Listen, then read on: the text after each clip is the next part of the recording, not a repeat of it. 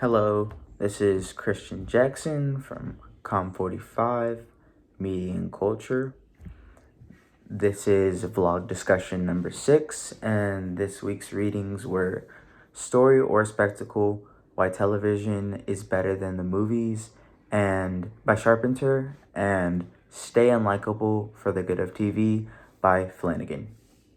So, in this week's reading over chapter 4, Resources of Evidence, the main goal of this chapter was the importance of analyzing the evidence you have before ultimately using it, and also it explains how to use your evidence in the best way possible to back up your argument. And Within these pair of readings, they explore the ways in which quality television has turned into a vehicle for presenting increasingly complex and satisfying characters. And that's from page 257 in the book. So, in the first essay, titled Story or Spectacle, Why Television is Better Than the Movies, David Sharpenter talks about how he believes that television shows are better than the movies in cinema because television shows happen over a longer period of time, a lot of the time years, and this allows the audience to become closer with the characters and their development as the year goes on. So like how they're changing, how their character has developed over the years. And Sharpenter also mentions that he mentions that since television shows happen over a longer period of time, it allows the plot and the storyline of the show to become more complex. So it's like a lot more information in the show.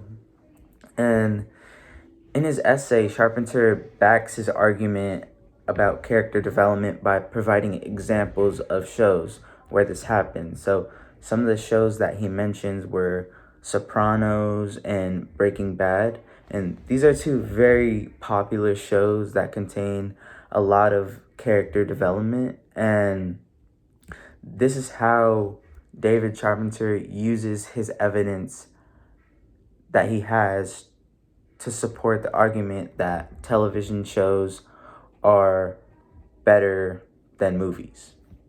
And I honestly don't agree with him because I prefer movies over TV shows because you find out everything in one sitting. But I can see how it's more interesting to the audience because there's more to the character in a TV show than in a movie.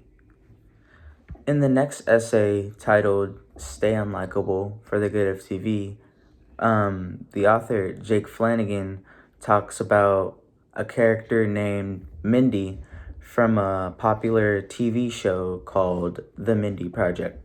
And in the show, the character Mindy, she's known as a very rude and blunt person, and this is why she is seen as unlikable.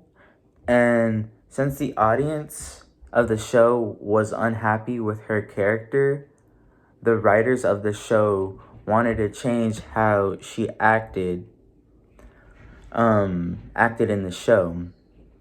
But the author Jake Flanagan disagrees because he says that by having a character like Mindy, an unlikable one in the show, it makes her more relatable because since she's always rude and blunt, it relates to people because a lot of the time in life we're angry and rude to other people.